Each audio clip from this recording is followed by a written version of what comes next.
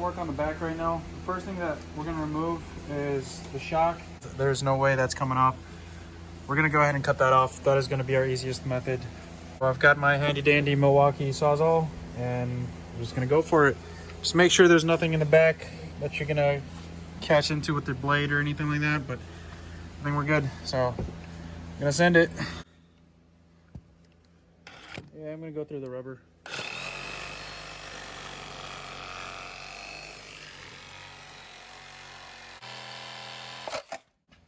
Woohoo! Yeah, that definitely did it. Next, we're going to remove the 17 mil bolt holding the bottom of the shock. Okay. All right, so we're going to move the connector. You're going to press over here and then pull that out.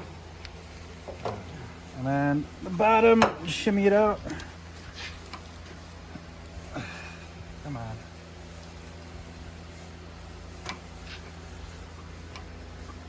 There we are. Garbage. I'm gonna go ahead and get rid of our sway bar end link here. So you need a 12 mil for the top, and then over here is a 14 mil. Just grab one of the 14, and then we'll go ahead and get it off. It doesn't matter.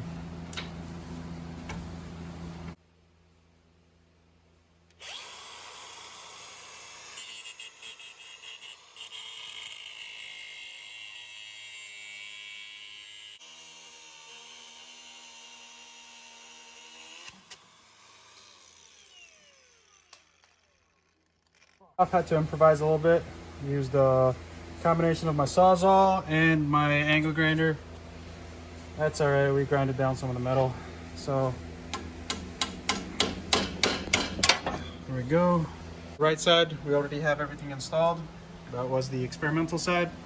For the passenger side, there's going to be an air hose that's over here. To disconnect it, it's going to look similar to this one.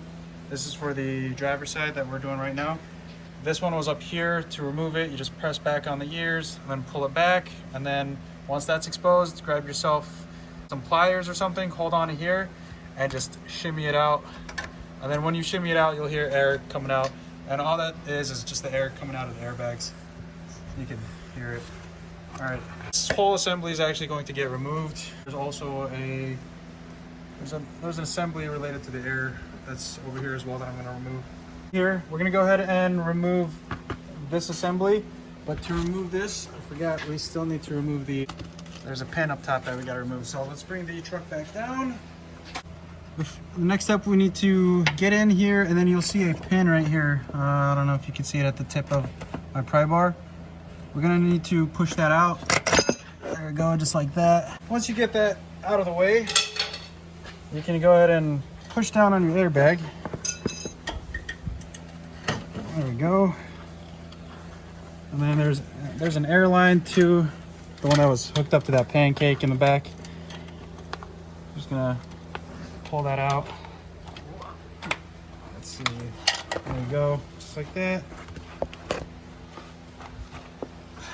There we go. This is just rust. So I just want to show you guys quickly the clip, since we couldn't really get a good angle at it. This is the clip that we removed. This is installed like that. Imagine there's like a metal plate that it's installed to, and then there's a clip that's holding it in place. That's what it looks like. You just come in with your pry bar, pull this out. Garbage, garbage. The rear suspension, Eibach provides you a top hat.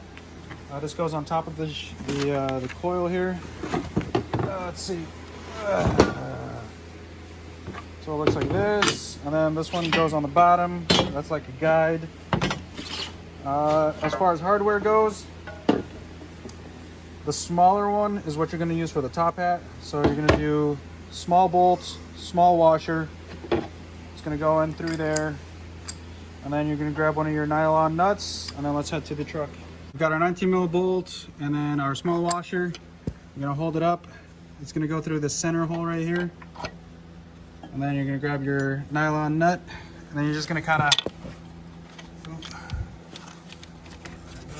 just fish it on there. There you go.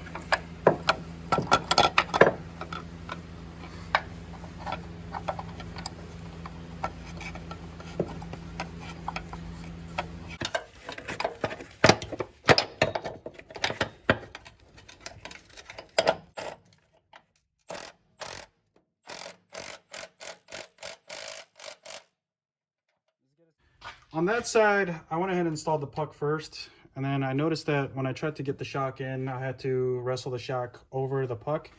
This time what I want to try is get the coil in first and then put the puck in. That was actually super easy between my brother and I. All I did is I held this down, literally not much tension, and my brother was able to slide this in. All right, so for the puck, you've got, puck goes like that. You grab your long 19 mil and through the hole, and then how you're gonna have it, you might not be able to see it, but you're gonna have a large washer first and then the nylon nut underneath it.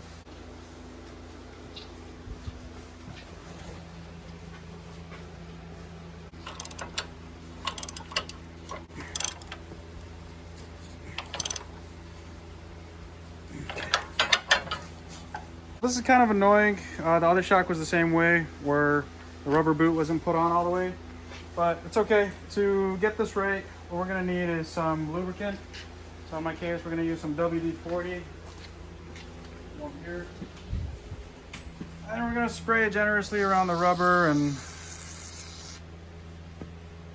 you're just gonna need to get it on. Here we go.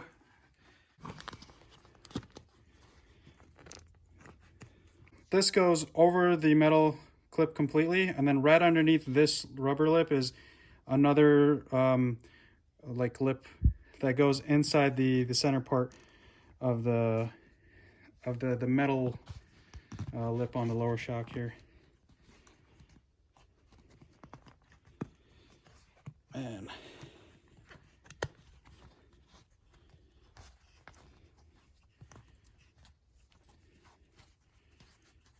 And there we go, we're secure. The top part, remove nut.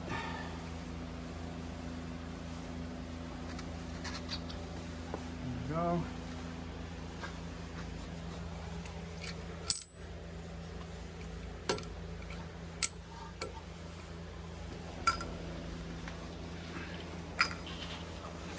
Okay, gently tap it, a rubber mallet. There we go. Grab your 17. Always thread by hand.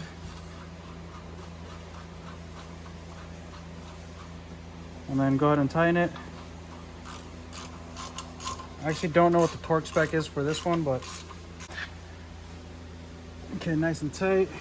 All right, so next is to fish in the top part of the shock into the hole. All you got to do is just hold on to it, and with your body weight, pull down, and then it'll bring some tension onto the shock, and you should be able to put it into place right here. But now we're gonna go ahead and drop the truck, and we're gonna drop it on a jack stand. That way we can get this to go all the way up. All you gotta do is just, you know, bring some tension up on the axle. It'll bring the upper shock up in through the top mount, and then you'll feed it this rubber grommet right here, and then the top hat, the metal top hat, and then just make sure the top of this piece right here goes into the groove. So just like that, right? So now we'll go ahead and secure it with a 19. This might take a minute. Take it off like that.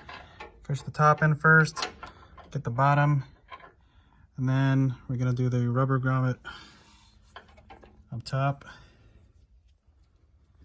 There we go. And then get your, I believe that's a 12 mil.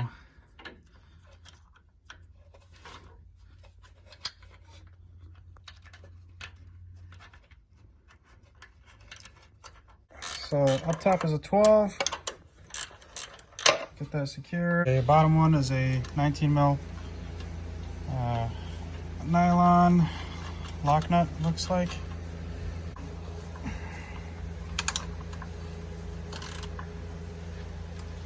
Okay, all it tight.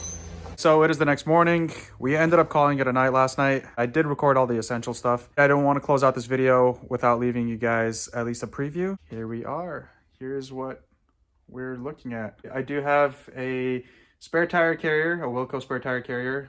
Facebook Marketplace came in clutch with that one. My 295/70/17 Thunder MT tires, Rider off-road wheels. They're the 17 by 8.5, I believe, and a negative 10mm offset. I'm not done just yet, so it's not going to roll out here. Well, first off, because I can't even drive the G8. This is covered in ice and snow outside, so I got to wait. I think a couple days from now, it's going to be like 49 degrees out, so hopefully a lot of that stuff melts away, and then I can pull this out and then take the GX out. But within those couple days, I do still need to do some essential stuff to be able to rock these tires.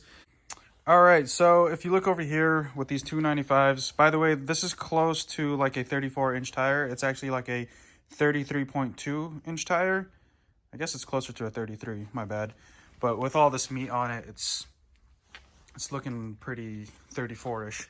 If you see right here, we've got space, and over here we've got some space. However, if we go to turn or hit a bump or something, I'm pretty sure we're going to rub.